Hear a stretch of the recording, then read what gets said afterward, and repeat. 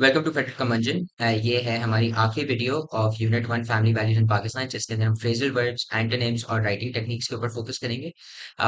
अगर छोटा सा एक रिकैप हो जाए तो हमने पिछली वाली वीडियो के अंदर सेंटेंस टाइप्स देखे थे, जहां पर हमने आपको सेंटेंसेस के डिफरेंट टाइप्स ऑफ सेंटेंसेस के मतलब उनके अंदर क्या डूज एंड डोंट्स होते हैं और उनकी एग्जांपल्स के साथ आपको एक अच्छी ट्रिक सिखा दी थी, जिसकी बुनियाद पे आप ये सारे के सारे सेंटेंस स्ट्रक्चर्स को याद कर सकते हैं। हमने आपको मीनिंग्स की टेक्निक सिखाई हुई है, हमने आपको क्रिटिकल थिंकिंग रीडिंग के आंसर्स की ट्रिक सिखाई हुई है। अगर आपको हमारा एग्जाम ओरिएंटेड ट्रिक बेस्ड तरीका पढ़ाने का पसंद आता है तो स्क्रीन पर दिए गए नंबर पे आप ट्यूशंस के लिए कांटेक्ट कर सकते हैं। इस प्लेलिस्ट के अंदर हमारी पूरी कोशिश होगी कि हम entire syllabus of English for grade 11 inter first year खत्म करें। आज का हमारा जो टॉपिक है वो अगेन फ्रेजल वर्ड्स है। Without further ado let's get into it. अगर हम देखें तो फ्रेजल वर्ड्स जो होते हैं दे are usually 2 to 3 words at max। यानी कि 2 से 3 अल्फाज के जो है फ्रेजल वर्ड्स होते हैं किसी भी एक सेंटेंस के।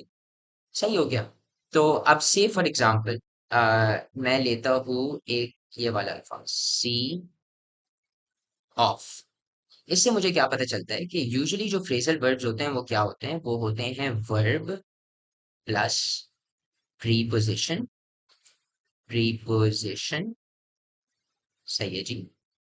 और सही है, they usually consist of verb plus preposition और क्या जी, verb plus adverb। verb plus adverb। अच्छा जी, अब मुझे पता है कि वर्ब का तो मतलब यूजुअली सब लोगों को पता होता है। वर्ब का मतलब कोई सा भी एक्शन। तो फॉर एग्जांपल सी जो है वो यहाँ पर वर्ब आ रहा है। ऑफ जो है यहाँ पर एक प्रीपोजिशन है। सही है, प्रीपोजिशन है, एडवर्ब नहीं है। सही है।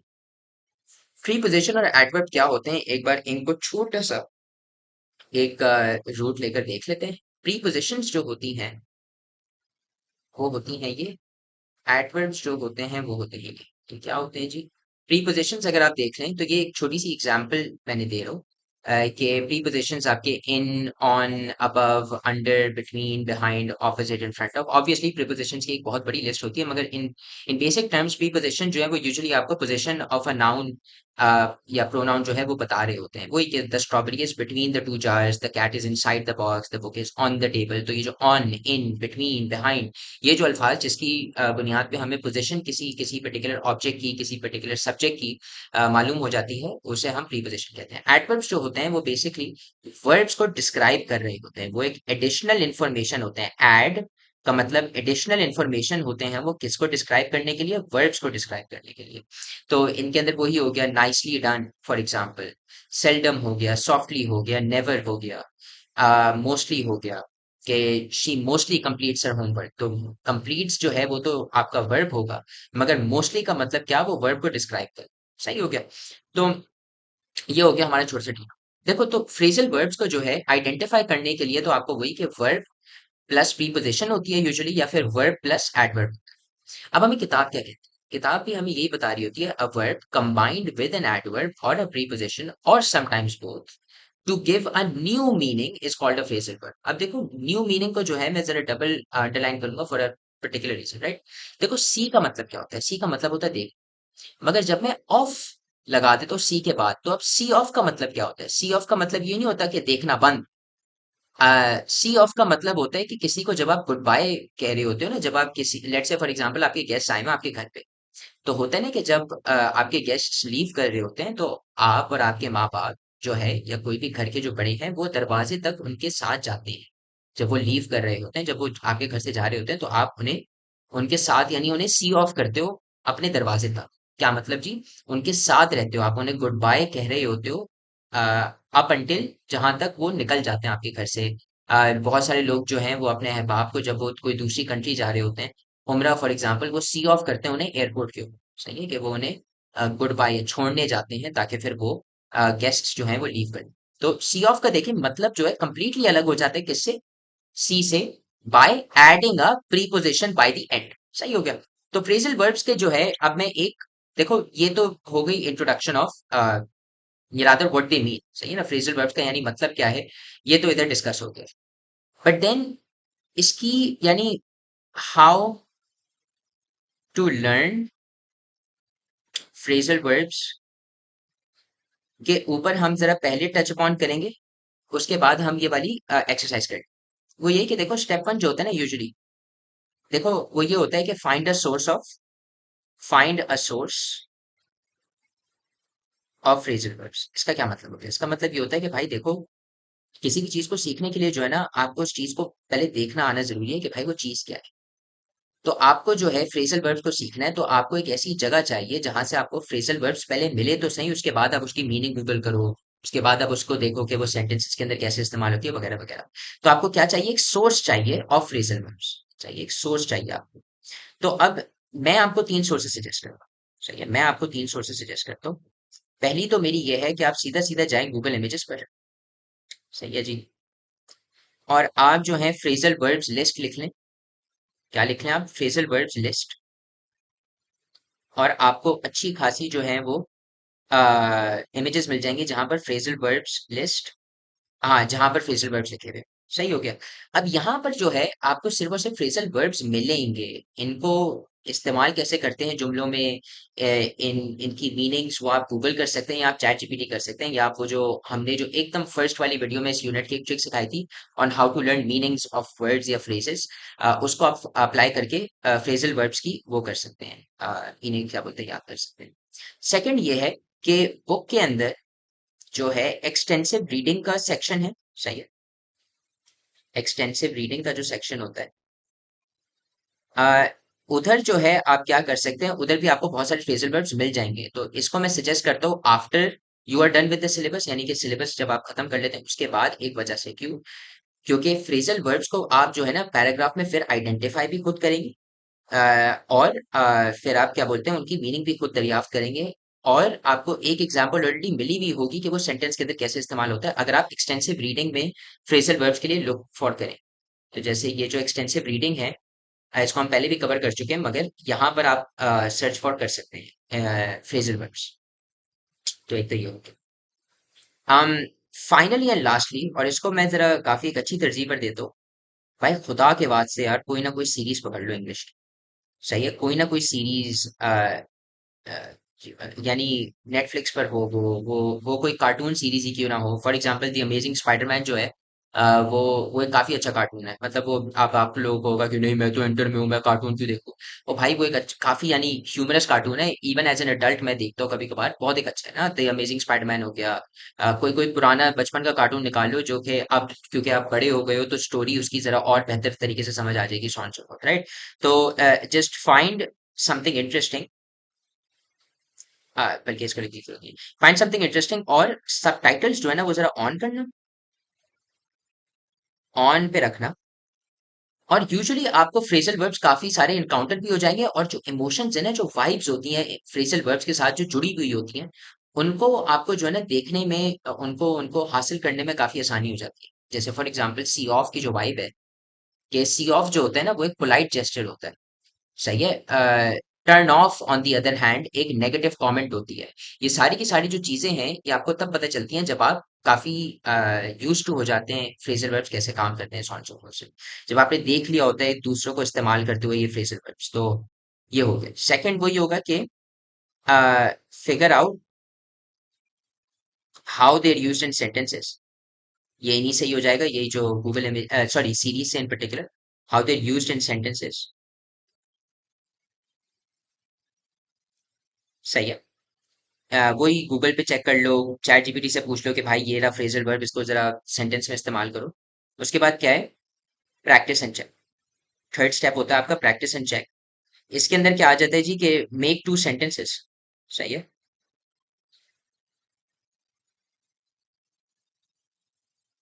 And then finally get them check, get them check. आप हमारे जो दिए गए नंबर है उसके ऊपर कांटेक्ट कर सकते हैं, हम आपको फ्री में चेक करके बता देंगे कि आपका सेंटेंस सही है या नहीं। या फिर आप चैट जीपीटी पे जा सकते हैं वगैरह वगैरह, वो तो हमने पिछली वीडियो के अंदर भी कवर किया था कि चेकिंग कैसे हम करवा सकते हैं उससे। अच्छा जी, ये हो गया आपकी एक अच्छी जो है लिस्ट ऑफ फ्रेजल वर्ब्स, ये बस मैंने यहाँ पर दे दी है। along with its meanings, ये कि bring up का क्या मतलब होता है, to mention or raise a topic से कि for example he brought up the topic of क्या बोलते हैं, politics in a family discussion. सही है। ये हो सकता है call of, to cancel an event और एक्टिविटी के भाई उसने अपनी बर्थडे पार्टी को कॉल ऑफ कर दिया, he called off his birthday party because of the Covid 19 pandemic से फॉर एग्जाम्पल, राइट।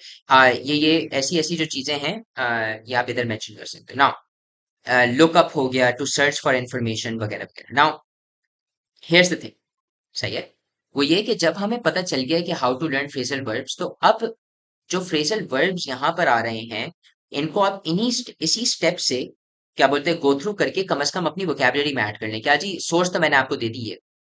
उसके बाद आप क्या करें, figure out how there used in sentences. तो ये आप कैसे कर सकते हैं, गूगल पे चले जाएं या चैट जीपीटी पे चले जाएं और उससे बोल दें भाई use it in a sentence, या फिर गूगल पे जाकर सीधा सीधा bring up in a sentence लिख देंगे तो आपके पास बहुत सारी वेबसाइट की सोर्सेज आ जाएंगे।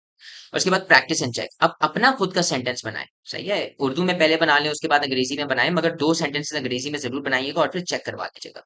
अपने टीचर से करवा लें, हमसे करवा लें, वो आपकी मर्जी है। अब जो है हम कहाँ पर आते हैं, फिल इन द ब्लैंक्स पर आते हैं। सही।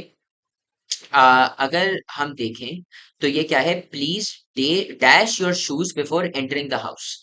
अब देखो, अगर आप एक नॉर्मल इंग्लिश के स्पीकर है ना और आपने देख लिया कि टेक आ रहा है, तो आपको यूजुअली पता चल जाता है please dash your shoes before entering the house जो है, ये क्या होता है कि प्लीज जो है अपने जूते उतार दो बिफोर एंटरिंग द हाउस। तो जूते उतारने हम टेक ऑफ यूजुअली बोलते हैं। सही है। तो इसलिए एक तो बहुत आसान तरीके से आप बोल सकते हैं कि हाँ भाई टेक ऑफ है, और ये दोनों गलत है। एक दूसरा तरीका जिसकी बुनियाद पे आप बोल सकते हैं कि क्या चीज सही है और क्या चीज गलत है, वो ये होता है कि टेक अप योर शूज का क्या मतलब होता है, कि अपने साथ जूते उठा लो। क्या ये कोई भी इंसान कहता है, जब भी आपके घर पर लेट्स से फॉर एग्जांपल मेहमान आते हैं, क्या आप उनसे बोलते हो जी जूते जो है ना अपने हाथ में उठा लीजिएगा? कोई भी नहीं बोलता ये, ना ये कोई नॉर्म है। तो ये तो ऑटोमेटिकली कट जाएगा कि टेक अप तो कोई भी नहीं करता। Take over, please take over your shoes before entering the house. Take over जो होता है ना, यूजुअली क्या होता है, जैसे क्लैश ऑफ क्लैंस के अंदर जी आप किसी की, या क्लैश ऑफ क्लैंस नहीं, वॉर के अंदर जैसे फॉर एग्जांपल आप किसी दूसरे इंसान की टेरिटरी पर टेक ओवर कर लेते हैं, आप उसके ऊपर कब्जा पा लेते हैं। तो कोई इंसान ये भी नहीं कहता यार अपने मेहमानों को कि जो है ना अपने अपने जूतों के ऊपर कब्जा पा लीजिएगा बिफोर एंटरिंग आवर हाउस। ये क्या होता है भाई, क्या चोरी होने वाली है? ये भी नहीं होता कुछ। तो आप लॉजिकली भी क्या बोलते बोल सकते हैं कि क्या चीज गलत है, तो एक ही फिर चीज बचती है, और वो टेक ऑफ है, वो आपका करेक्ट ऑप्शन है। फिर हम आते हैं सेकंड पर, the storm forced us to dash our camping trip, dash our camping.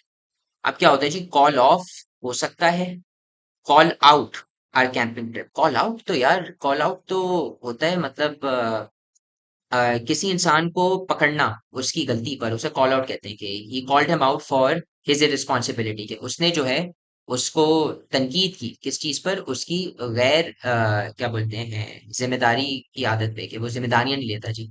तो I called him out for, call out तो उसे कहते हैं ना, कॉल आउट अगेन किसको कहते हैं, जब आप किसी इंसान को तनकीद कर रहे हो, तो किसी चीज को पकड़ के बोल रहे हो तो यार ये क्यों कर रहे हो, उसे कॉल आउट कहते हैं। कॉल अप क्या होता है, कॉल अप होता है बुलाना यार। हम ना, आप बुलाते हो अपनी कैंपिंग ट्रिप को जब तूफान आता है, ना आप कॉल आउट करते हो, कॉल ऑफ ही होता है। कॉल ऑफ अगर आप लोग देख लो, मैंने यहाँ पर भी दिया हुआ है, टू कैंसिल एन इवेंट और एक्टिविटी। जब तूफान आया तो हमने अपनी कैंपिंग ट्रिप को क्या कर दिया, कॉल ऑफ कर दिया। कॉल ऑफ का मतलब क्या होता है, कैंसिल कर दिया। सही है जी। थर्ड पर आते हैं हम, I need to dash on my math homework before I can get go out. I need to dash on my math homework before I can go out. Catch on, catch on तो नहीं लग रहा, क्यों? क्योंकि catch on क्या होता है यार, कैच ऑन का तो ये मतलब होता है ना कि लेट्स से फॉर एग्जांपल बस जा रही है। सही है, बल्कि इसको भी छोड़ो, कैच ऑन जो है वो इसलिए भी गलत होता है। कैच ऑन को जब आप इधर लिखते हो ना, कैच ऑन, तो ऑन और ऑन रिपीट हो रहा है भाई, ऑन और ऑन रिपीट हो रहा है, इसलिए भी एक गलत है। और दूसरा ये कि कैच ऑन एक सही का फ्रेजल वर्ब है भी नहीं, इसकी कोई मतलब माने नहीं इतना नजर आता। Catch up on the other hand ये मुझे ज्यादा सही लग रहा है, क्यों? क्योंकि कैच अप का क्या मतलब होता है, लेट्स से फॉर एग्जांपल बस जा रही है और आप इधर हो, आप भाग रहे हो ताकि आप बस तक पहुंच सको, you are trying to catch up to the bus. You are trying to catch up to the bus, मतलब कि उस तक पहुंचने की कोशिश कर रहे हो। I need to dash on my math homework before I can go out, ये भी पहुंचने की कोशिश करें अपने मैथ होमवर्क पर। इसका मतलब क्या होता है कि कैचअप का एक दूसरा मतलब होता है कि जैसे फॉर एग्जाम्पल आप पढ़ाई में पीछे हो, सही है, आप पढ़ाई में पीछे हो और आपकी क्लास आगे है, तो you are trying to catch up on what you have missed, for example. तो इसलिए कैचअप यहाँ पर सही होगा, ये भी गलत होगा। कैच आउट क्या होता है यार? Catch out on my math homework, catch out का तो मतलब वो होता है ना जो क्रिकेट के अंदर जब आप कैच छोड़ते थे, इसका तो कोई लेना देना नहीं है। We need to dash with a plan to address this issue, क्या जी? Come up with a plan, come over with it with a plan, या फिर come around with a plan. अब इधर देख लो जरा, इधर किताब ने गलती की है, इसके अंदर किताब की गलती नहीं, क्योंकि आप देख सकते हो कि सिर्फ एक ही ऑप्शन था जो कि सही लग रहा था और बाकी सारे गलत। इधर क्या है कि विद जो है ना, विद इट, विद और विद, ये जो है ना ये रिपीट हो रहा है, तो मैं कोई सा भी ऑप्शन सेलेक्ट करूंगा, यहाँ की जो चीज है ना वो यहाँ के साथ फिट नहीं हो रही। तो ये समझ लो जब तीन ऑप्शंस दिए हैं और तीनों के तीनों ग्रामेटिकली गलत होते हैं ना, तो मतलब किताब की गलती है। Let's say for example with यहाँ पर लिखा हुआ है यार, हम जो है ना कहीं पर भी जो भी विद से एंड हो रहा है ना उसको हटा दें, सही है। अब देख लो जरा, we need to come up with a plan, ये सही लग रहा है। We need to come over with a plan, come over का क्या मतलब होता है? कम ओवर का तो यार ये मतलब होता है जैसे for example, do you want to come over to my house this weekend, क्या आप मेरे घर पे आना चाहेंगे इस हफ्ते? सही है, कम ओवर जो है वो तो नहीं होगा, क्योंकि कम ओवर विद अ प्लान तो मतलब ये होता है कि क्या आप मेरे प्लान पर आना चाहेंगे। We need to come over with a plan तो गलत होगा, क्यों? क्योंकि इधर क्या हो रहा है कि हमें कुछ करना है, हमें क्या आप प्लान पर आना चाहेंगे, इस जुमले का कोई माने, इस जुमले की कोई सेंस नहीं बनता। On the other hand, come around with a plan, we need to come around with a plan to address this issue. Come around पता है क्या होता है? कम अराउंड होता है जब आप अपने दोस्त को जैसे मना रहे होते हैं ना किसी चीज पे, और फिर वो मान जाता है, तो हम कहते हैं he came around that idea. What do you mean? के he came around to the idea of trying, I don't know, let's say kebab चीज। एक कबाब चीज अभी जरा चल रहा है यार, सही। कबाब चीज फ्राइड चिकन, ओए होए। तो he came around to the idea of trying kebab cheese का मतलब क्या है यार? वो पहले मान नहीं रहा था कबाब चीज पे, ये गोरा था, केएफसी खाने का बड़ा शौक था उसे, मगर फिर वो ही केम अराउंड मतलब कि वो आ गया फिर उस आइडिया पे कि वो कर ले भाई, कबाब चीज भी एक बार ट्राई कर। तो ये तो यहाँ पर इसलिए नहीं चलता क्योंकि we need to come around with a plan to address this issue, कि हमें जो है एक प्लान पे मान लेना चाहिए जब हम इस इश्यू को करें। ये सही नहीं लग रहा। क्या सही लग रहा है? We need to come up with a plan to address this issue, मतलब कि हमें कोई ना कोई प्लान बनाना पड़ेगा ताकि हम इस इशू को एड्रेस करें। अब तुम लोग कह रहे हो कि सर इसकी कोई प्रोटोकॉल बताए ना, इसके इसका कोई तरीका बता दे जिससे जो है हम बुरी चीजों को काट दें और सिर्फ एक ही चीज के ऊपर पहुंचे। भाई देखो, एक ही चीज, जब आप लर्न कर लेते हो ना फ्रेजल वर्ब, सही है, जब आप लर्न कर लेते हो फ्रेजल वर्ब्स को, इसलिए मैंने पहले how to learn phrasal verbs बताया था। आप पहले एक सोर्स ढूंढ लेते हो, फिर आप फिगर आउट कर लेते हो कि किस तरीके से इन सेंटेंसेस के अंदर इस्तेमाल करते हैं। जो वाइब होती है ना हर फ्रेजल वर्ब की, वो जब आप तुक्का मार के एकदम सही हो जाते हो उसके ऊपर, और प्रैक्टिस एंड चेकिंग के बाद या 3 या 4 या 5 बार जब आप कर लेते हो, फिर आपको जो है ना एक आइडिया हो जाता है कि भाई क्या चीज सही है क्या चीज गलत है। क्या मतलब? ये है how to attempt phrasal verb questions, phrasal verb questions. तो इसके अंदर जो है ना यार, बेसिकली बताऊं ना, तो 3 स्टेप्स हैं। पहला स्टेप क्या है जी? Don't look at the options, don't look at the options, हाँ जी, don't look at the options and try to fill in the blank yourself, try to fill in the blank yourself, fill in the blank yourself. मतलब basically अगर मैं तुम लोगों से बोलूं, तो भाई तुक्का मारो, पहले पहले तुक्का मारो कि क्या होना चाहिए। सही हो गया। अच्छा, बेयर इन माइंड, इस चीज को जरा ख्याल से कि भाई how to attempt phrasal questions, phrasal verb questions का ये जो तरीका है ना, ये आपको हमेशा तब ट्राई करना चाहिए जब आपने ये पहली वाली चीज को ट्राई कर लिया है at least 3 to 4 times.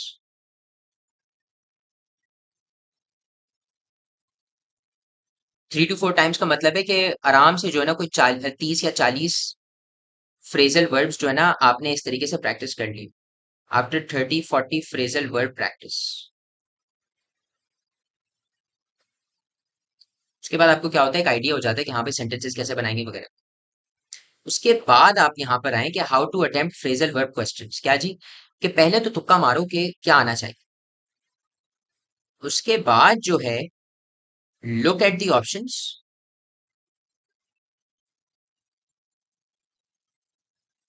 And cancel out whatever does not make sense. जो भी चीज यानी मुंह पे गलत लग रही है ना, उसको तो पहले ही काट दो। Look at the option, cancel out whatever does not make sense, does not make sense. ये जी, इसके अंदर आप क्या बोलोगे कि काट दो, वो गलत काट बेसिकली, गलत चीजें काट दो। वही मैं वापस कह रहा हूँ कि आप लोग बोलेंगे गलत चीजें कैसे पता चलेंगी सर, देखो कुछ चीजें तो मुंह पे गलत होती है, चीजें काट दो। से फॉर एग्जाम्पल जो पहली वाली एग्जाम्पल है, हमारी पहली वाली जो मिसाल है, भाई कोई भी टेक अप करता ही नहीं है शूज को अपने, हमेशा लोग टेक ऑफ करते हैं, तो उस चीज को तो मुंह पे काट दो। टेक ओवर कब्जा लेना होता है, कोई अपने जूतों का कब्जा थोड़ी ना लेता है भाई, जैसे ही वो घर को इंटर रोड होता है कोई कहता भी नहीं है ये चीज, उसको भी काट दो। फिर जी क्या, थर्ड स्टेप क्या होता है आपका, थर्ड स्टेप होता है कंफर्म तुक्का with the only choice left, with the only option left, यानी जो ऑप्शन अब रिमेनिंग होगा ना वो जो है आपके तुक्के से जरा मिलता जुलता होना चाहिए। ओनली ऑप्शन लेफ्ट, और उसे जो है मार्क कर लो as correct, mark it as correct. ये होता है जी आपका थ्री स्टेप तरीका, जिससे आप ये फ्रेजल वर्ब के क्वेश्चंस को अटेम्प्ट करोगे। अगेन ये तरीका जो है अप्लाइड तभी होगा जब आप इसके ऊपर ग्रिप पाओगे, ये ग्रिप कैसे पाओगे इसका भी मैंने बता दिया, और अब how to attempt phrasal verb question, सही है जी। तो ये दो हैं आपके फ्रेजल वर्ब के points, we are now done with phrasal verbs. Use the following phrasal verbs in sentences. चलो जी, क्या है, आस्क फॉर, सही है जी, he asked for the prayer mat before leaving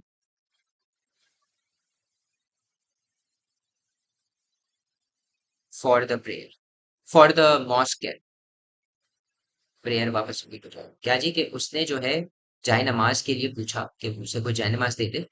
आ, मस्जिद जाने से पहले जो है उसने किसी से जाय नमाज मांग ली उसने। सही है जी, आस्क फॉर का मतलब मांगना होता है, एम एट, सही है। खालिद एम्ड एट, मतलब कि उसने एम करा किस चीज के लिए, at achieving the highest grades in the class, grades in the class, in the entire class. क्या मतलब जी इसका, कि खालिद ने जो है एम बनाया कि वो सबसे ज्यादा ग्रेड्स अचीव कर लें दी एंटायर क्लास। ये जो आखिरी चार हैं, मैं आपको सजेस्ट करता हूँ कि आप पॉज करें वीडियो को और आप जो है इनके सेंटेंसेस खुद बनाएं। यही तरीके से पहले तो आपको सोर्स तो मिल गई, ये जो मैंने अभी जो चार आपको दिए, फिर आप फिगर आउट करें कि ये कैसे सेंटेंसेस में इस्तेमाल होते हैं इंटरनेट की मदद से। आ, खुद जो है उर्दू में उस सेंटेंस को पहले बनाया अपने दिमाग में, और उसके बाद अंग्रेजी में लिखेंगे वाला सेंटेंस। अच्छा जी, अब क्या है, पंक्चुएट द गिवन लाइंस, ये है हमारा C part. Punctuate the given lines at the same time, the families in Pakistan never fail to locate the children in the family as gifts from Allah.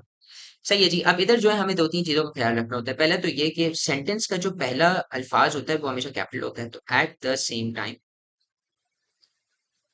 Punctuate का क्या मतलब होता है, comma और question mark हो गया, एक्सक्लेमेशन पॉइंट हो गया, या डॉट हो गया, फुल स्टॉप हो गया, उनको सही जगह पे लगाना, और जो चीज कैपिटल होनी चाहिए उसको कैपिटल करना।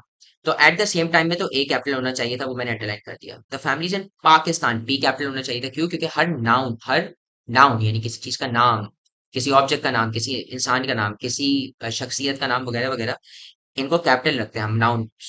सही है जी। Never fail to look at the children the family as gifts from Allah. अब अल्लाह जो है क्योंकि नाम है, इसको भी हम ए इसका कैपिटल रखते हैं। तो the families in Pakistan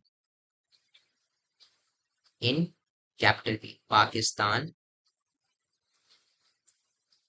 never fail to look eight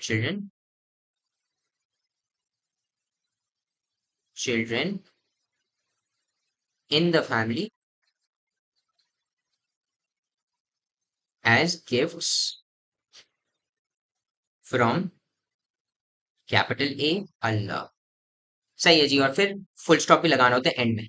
अच्छा जी, अब क्या आते हैं, give antonyms of the following words. Again antonyms तो वही चीज है कि सिनोनिम्स और एंटोनिम्स जो है ये एक अच्छी खासी एक लिस्ट आप इसी तरीके से फाइंड कर सकते हैं जिस तरीके से आप फ्रेजल वर्ड्स की सोर्स फाइंड करते हैं, उसी तरीके से आप क्या करेंगे, सिनोनिम्स और एंटोनिम्स की भी जो है सोर्स फाइंड कर सकते हैं। क्या जी, गूगल इमेजेस पर जाएं और फ्रेजल वर्ड्स की जगह पे क्या लिखते हैं, synonym antonym list, synonym antonym या फिर सिनोनिम्स या फिर एंटोनिम्स लिस्ट। सही है जी। और उधर जाकर जो है आप उसको रट्टा तो मार सकते हैं मगर समझ के रट्टा मारो ना। आप देखो ज्वाइन का मतलब क्या होता है, ज्वाइन का मतलब होता है जोड़ना। तो ज्वाइन का एंटोनिम क्या होगा, सेपरेट। सेपरेट जी मतलब अलग करना। स्ट्रॉन्ग का क्या होगा, वीक होगा। सही है। ये तो लिस्ट यानी इंटर में आने के बाद आपको लिस्ट समझ आनी चाहिए। अगर नहीं समझ आती तो आप सीधा सीधा क्या करें, गूगल पर जाएं और उसकी मीनिंग समझ लें। उसको सेंटेंसेस में वो कैसे इस्तेमाल होते हैं, चैट जीपीटी पर चले जाएं और उसी अल्फाज को लिखें आगे मीनिंग, और जब वो एक्सप्लेन कर रहा हो तो फिर आगे लिख लें explain it in simple normal Urdu. ठीक है, तो वो नॉर्मल कॉमन जबान में आपको वो हो जाएगा। कंप्लीट का क्या होता है जी, इनकम्प्लीट। बहुत सारे तो ऐसे अल्फाज होते हैं जो कि एक दूसरे के यानी एंटोनिम्स होते हैं by the addition of a prefix. मतलब सिर्फ आगे आई एन लगा दो या डी ई लगा दो या यू एन लगा दो तो वो आ, उल्टे हो जाते हैं। रिस्पेक्ट का क्या होता है, disrespect for example.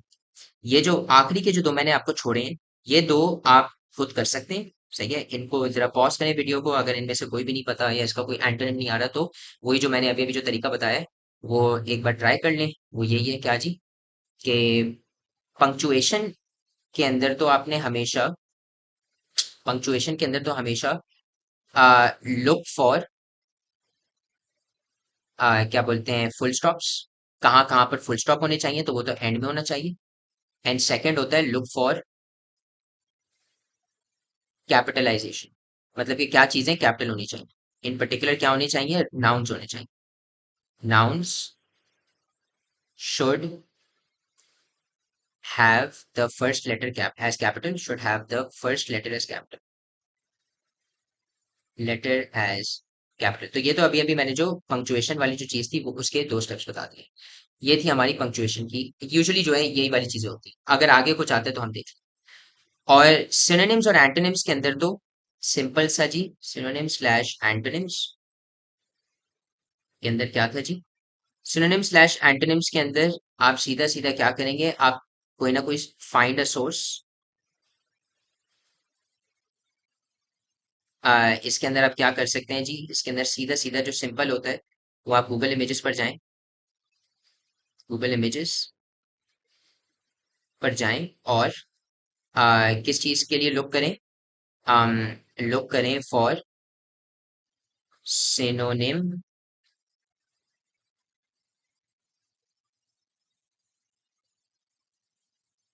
Antonym list. जो भी आपको नहीं समझ आ रहे अल्फाज, फिर आप क्या करेंगे कि understand the meaning of the words, understand the meaning of unfamiliar words. Unfamiliar का क्या मतलब होता है, वो वाली चीजें जिनके बारे में आप फेमिलियर नहीं होते, जिनका आपको पता नहीं होता। अनफेमिलियर वर्ड्स, या आप कैसे करेंगे, गूगल कर लो कि क्या जी, वर्ड, जो भी वर्ड होता है जिसके आपको मतलब समझ नहीं आ रहा, प्लस क्या जी, मीनिंग। तो गूगल अपनी डिक्शनरी जो है खोल के आपको वो दिखा देता है। नोट यहाँ पर स्पेशली करना क्या जी, सेंटेंसेस को, पे special attention two sentences, attention two sentences. क्योंकि देखो जुमले में कैसे वो अल्फाज इस्तेमाल होते हैं उसी से समझ आती है कि कैसे अल्फाज का माने क्या है। मीनिंग रट्टा मारने से कुछ नहीं होता। गूगल हो गया। एक और चीज है, चैट जीपीटी इस्तेमाल कर लो। चैट जीपीटी में सीधा सीधा क्या जी, वर्ड प्लस मीनिंग, सही है जी। और क्या जी, explain in simple Roman Urdu. जब आप लिखते हो ना, तो ये वही वाली जबान में आपको समझाते हैं जिसके अंदर आप अपने दोस्तों से व्हाट्सएप में बात करोगे। वही कि भाई या आ जाना, खेलते हैं वगैरह, सही है। तो चैट जीपीटी को आप ये दो कमांड्स देते हो तो ये आपको वहां पर आसानी हो जाती है। विद दैट हम सिनोनिम्स और एंटोनिम्स और पंक्चुएशन के साथ खत्म हो गए, उसके नोट्स भी बनते हैं। अब हम आते हैं फाइनली राइटिंग के ऊपर। राइटिंग में हम क्या करते हैं, राइटिंग के अंदर मेरी सिंपल सी टिप्स है। ये क्या है जी, पहला पार्ट है, develop a mind map on the importance and role of elderly family members in a family. ये माइंड मैप बना दो जी। देखो, इसको जो है ना, मैं इतना इसके ऊपर मैं फोकस नहीं करता कि किस तरीके से बनाते हैं वो वगैरह वगैरह। मैं सिर्फ उस चीज पे हमेशा फोकस ड्रॉ करूंगा कि खुदा के वास्ते लिखने से पहले एक अच्छा भला आइडिया होना जरूर चाहिए कि भाई क्या लिखना। सही है। अब इन्होंने क्या लिखा हुआ है कि write a paragraph about a Pakistani wedding ceremony giving full information, observation and preparation of the whole function. इसको जो है ना, पहले ए पार्ट को तो भूल जाओ, ए पार्ट को इतना कोई बड़ा लेना देना नहीं। बी पार्ट को देखो। क्या है जी कि पैराग्राफ लिखो किसके बारे में, पाकिस्तानी वेडिंग सेरेमनी के बारे में। गिविंग फुल इन्फॉर्मेशन देनी है हमने। ऑब्जर्वेशन, ऑब्जर्वेशन के क्या मतलब होते हैं, जो नजरों से जो दिखता है। और preparation, preparation of the whole function का क्या मतलब है कि तैयारी कैसे होती है उस पूरे फंक्शन की। तो अब हमें इस पैराग्राफ में तीन चीजों को तो मेंशन करना है। जब भी आप राइट कर रहे होते हो तो आपने क्या करना है, break down your task. Break down का क्या मतलब होता है कि जो मैंने अभी अभी किया, ब्रेक डाउन योर टास्क। यानी आप जो है ना, जरा आउटलाइन कर लो अपने लिए, तीन या चार चीजें ऐसी सिलेक्ट कर लो जो आपको करनी है। सही है। तीन या चार चीजें सिलेक्ट कर लो। Select 3 to 4 things, sorry, 3 to 4 things you have to do, तुम्हें जो करनी है यू हैव टू। तो जैसे फॉर एग्जाम्पल इधर आपको क्या करना है, बी पार्ट में आपको क्या करना है, बी पार्ट में आपको क्या करना है, आ, रुक जाओ सर। हाँ, बी पार्ट में आपको क्या करना है, बी पार्ट में आपको फुल इंफॉर्मेशन देनी है ऑफ द इवेंट। जो आप ऑब्जर्व करते हो वो बताना है, और जो प्रिपरेशंस कैसे होती हैं वो बतानी है। तो अब पैराग्राफ था ना, आप क्या करोगे, जैसे ही आपने ब्रेक डाउन कर लिया, इन्होंने बोला मैं एक ही पैराग्राफ, तो आप शुरू करो। Start the paragraph with a topic sentence, start the paragraph with a topic sentence. क्या जी, जैसे इसके अंदर हम टॉपिक सेंटेंस क्या लिख सकते हैं कि क्या बोलते हैं, wedding ceremonies in Pakistan are usually major events. जैसे फॉर एग्जांपल, हाँ जरा लिखते हैं ना, चलो बोल के थोड़ा ना सब कुछ होता है, जरा लिखते भी हैं। जैसे for example, wedding ceremonies in Pakistan are usually celebrations, are usually large celebrations consisting of क्या बोलते हैं, lavish decoration, lavish decor भी कह सकते हो, lavish, हाँ decor, um, क्या बोलते हैं, diverse customs and traditions, and क्या बोल सकते हैं, multiple gatherings या लार्ज गैदरिंग्स के। अब देखो, मैंने जो ना लार्ज वापस दो बार इस्तेमाल कर लिया। मैं अपने जो एडजेक्टिव्स हैं उनको मैं डिफरेंट रखना चाहता हूँ, या तो मैं एक ही जगह पे एक ही इस्तेमाल। तो देख लो, जैसे for example, wedding ceremonies in Pakistan are usually celebrations consisting of lavish decor, diverse customs and traditions and large gatherings. इसका क्या मतलब होता है कि जो हमारे पास जो शादियां होती हैं पाकिस्तान में, वो उमूमन, उमूमन का क्या मतलब है, यूजुअली ऐसी सेलिब्रेशंस होती हैं, मतलब कि ऐसे इवेंट्स होते हैं जहां पर लैविश डिकॉर, मतलब बहुत जी सजी हुई चीजें होती हैं। डाइवर्स कस्टम्स एंड ट्रेडिशंस, मतलब बहुत सारे रिवाज होते हैं जी, बहुत सारे लोग अलग अलग चीजें करते हैं ना। और उनमें लार्ज गैदरिंग्स होती हैं, मतलब कि अच्छे खासे लोग आते हैं। अब देखो, ये मैंने टॉपिक सेंटेंस मारा है, सही है। मतलब कि मैंने जो है अभी स्टार्ट करने के लिए टॉपिक को मैंने ये मारा है। अब मैं जरा सपोर्टिंग डिटेल्स दूंगा, जैसा हमने पिछली से पिछली वीडियो में सीखा था कि टॉपिक सेंटेंस और सपोर्टिंग डिटेल्स क्या होती हैं। मैंने इसके ऊपर एक वीडियो बनाई हुई है और ये नोट्स का एक पार्ट है कि इस टॉपिक सेंटेंस क्या होता है, सपोर्टिंग डिटेल्स क्या होती है। सही हो गया। और उसके बाद आप क्या करते हो, ऐड करते हो क्या जी, डिटेल्स ऐड करते हो। मगर आप क्या करते हो, कनेक्टिंग देम, ऐड डिटेल्स, मगर रुक जाओ, ensuring that you connect them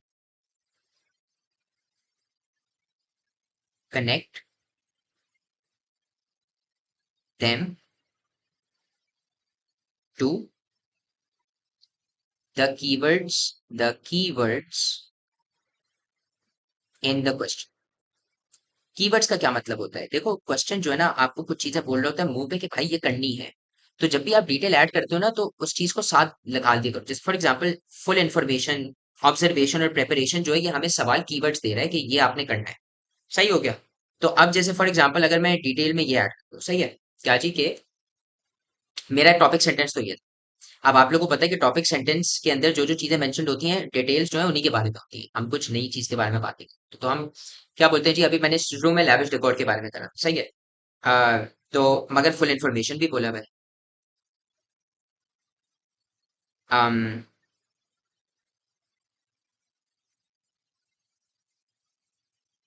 full information of such events would be incomplete without um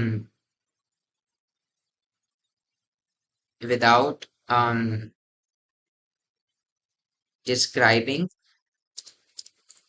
the fact that most that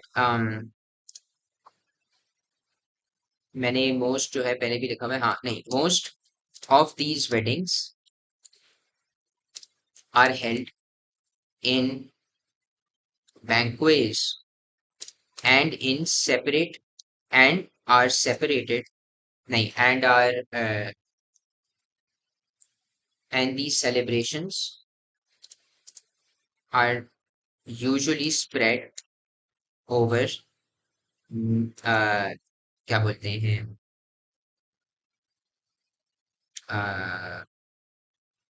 mini events. सही है जी, मिनी इवेंट्स एक इनफॉर्मल अल्फाज थे, मैंने ऐसे कर दिया। Over mini events such as mehndi and walima, कि जी शादी की जो एक जो खुशी होती है वो स्प्रेड हो जाती है मेहंदी और वलीमे में। um, देखो मैंने जो है ना फुल इंफॉर्मेशन इधर एक इस्तेमाल किया लफ्ज, जो कि हमारा कीवर्ड था। अब जब भी मैं डिटेल ऐड करूंगा, मैं जरा कीवर्ड के साथ मिलाकर करूंगा, ताकि एग्जामिनर को पता है कि मैं उसका जो टास्क, जो उसने मुझे जो ऑब्जेक्टिव दिया हुआ है, मैं उसको कंप्लीट कर रहा हूँ। regardless of the event uh, being regardless of the event the wedding is being celebrated in, wedding is being celebrated in, uh, it is common to observe। अब देखो ऑब्जर्व वाला जो है, मैंने क्या कर रहा हूँ, मैं इधर इस्तेमाल कर रहा हूँ ऑब्जर्व, क्या जी, it is common to observe क्या, it is common to observe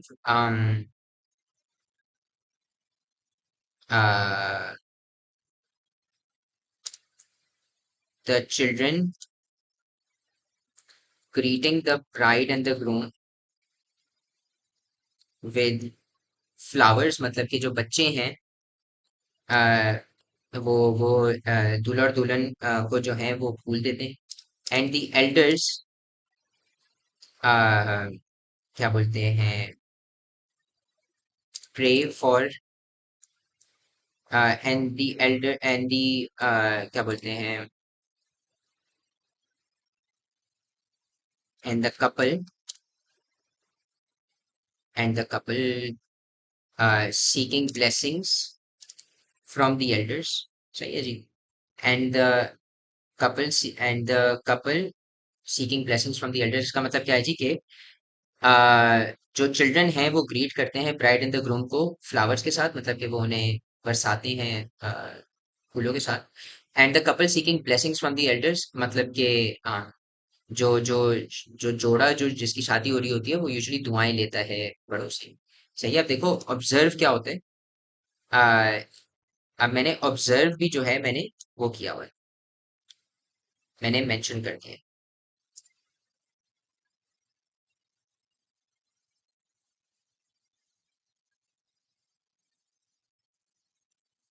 उसके बाद क्या होगा जी, preparation. The preparation of the function is usually carried out by the family, is traditionally carried out बोलूंगा मैं, यानी कि रिवाज जो है वो यही है ना कि traditionally carried out by the family of the bride, uh, which usually amounts to months of hard work and planning।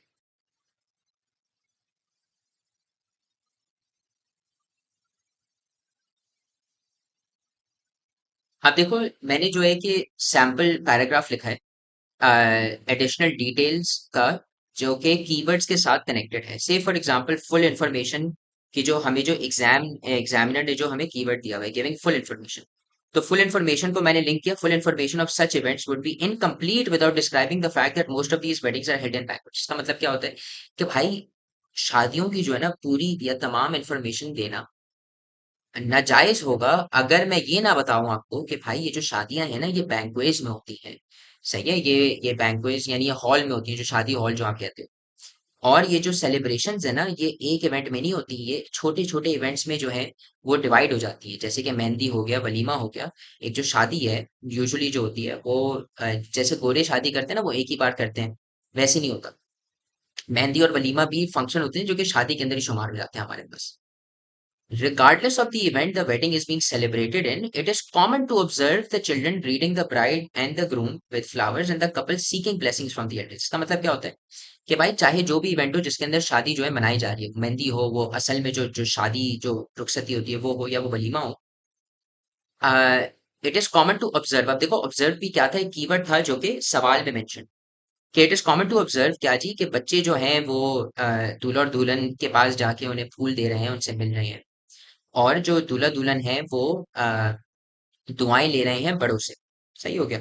फिर क्या है जी, द प्रेपरेशन, देखो प्रेपरेशन एक तीसरी चीज थी। The preparation of the function is traditionally carried out, मतलब कि जो प्रेपरेशन है ना फंक्शन की, जो शादी है, वो यूजुअली कौन कैरी आउट करता है, जो जो दुल्हन की जो फैमिली होती है वो यूजुअली जो रुखसती या बारात का जो दिन है वो चीजें वो करते हैं ना, ऑर्गेनाइज करते हैं। um which usually amounts to work months of hard work and planning। इसका मतलब क्या है जी कि जो दुल्हन वाली जो साइड है वो प्रिपरेशन करती है इस फंक्शन की, जो कि उमूमन किस तरीके का दिखना शुरू हो जाता है, जो प्रिपरेशन है वो महीनों का जो है ना वो हार्ड वर्क होता है और प्लानिंग। तो अब देखिए यहाँ पर मैंने क्या किया, यहाँ पर मैंने एक पैराग्राफ लिखा बेसिकली। तो मेरा जो फाइनल पैराग्राफ क्या होगा वो ये वाला सेंटेंस होगा, प्लस ये वाली जो पूरी की पूरी जो चीज है। सही है। इसको समझना काफी इंपॉर्टेंट है कि पैराग्राफ ऐसे लिखा जाता है, एक टॉपिक सेंटेंस लिया जाता है और फिर कीवर्ड जो डिटेल्स है, एडिशनल डिटेल्स है, वो कीवर्ड्स के साथ जोड़ दी जाती हैं जो कि सवाल। अब आ जाते हैं हम क्या जी, सी के अंदर, एक्सप्लेन इन अ पैराग्राफ्स। यहाँ पर बुक जो है जरा गलत जा रही है, इन अ पैराग्राफ्स कभी नहीं हो सकता। लेट्स से फॉर एग्जांपल हम कह देते हैं कि नहीं, ये कह रही है एक्सप्लेन इन अ पैराग्राफ, कह रही है a paragraph, how are the marriage formalities carried on in a Pakistani family. कि मैरिज की जो फॉर्मेलिटीज हैं, मतलब कि शादी में क्या क्या होता है भाई, शुरू में जो है वो जो जो दूल्हा दुल्हन है वो पहले आते हैं हॉल के अंदर, या उससे पहले निकाह होता है वगैरह वगैरह, आ, वो कैसे कैरी ऑन यूज की जाती है वो एक पैराग्राफ में समझाएं। अब देखें इधर आपके पास एडिशनल इंफॉर्मेशन ऐड करने के लिए कीवर्ड्स नहीं है, तो आप अब खुद चूज कर सकते हैं कि आपको क्या देना है। तो ये मैं आप लोग के लिए एक होमवर्क रख रहा हूँ, ताकि जिस तरीके से मैंने अभी राइटिंग अ पैराग्राफ सिखाया है, राइटिंग अ पैराग्राफ, उसी तरीके से आप भी जो है इसको अटेम्प्ट करें और चेकिंग के लिए हमें भेज सकते हैं, हम आपको फ्री में बता देंगे कि कहाँ पर आप इम्प्रूव कर सकते हैं। विद दैट हमारा जो है यूनिट 1 खत्म होता है और हम अगली वीडियो में इंशाल्लाह यूनिट 2 के ऊपर आ जाए। शुक्रिया।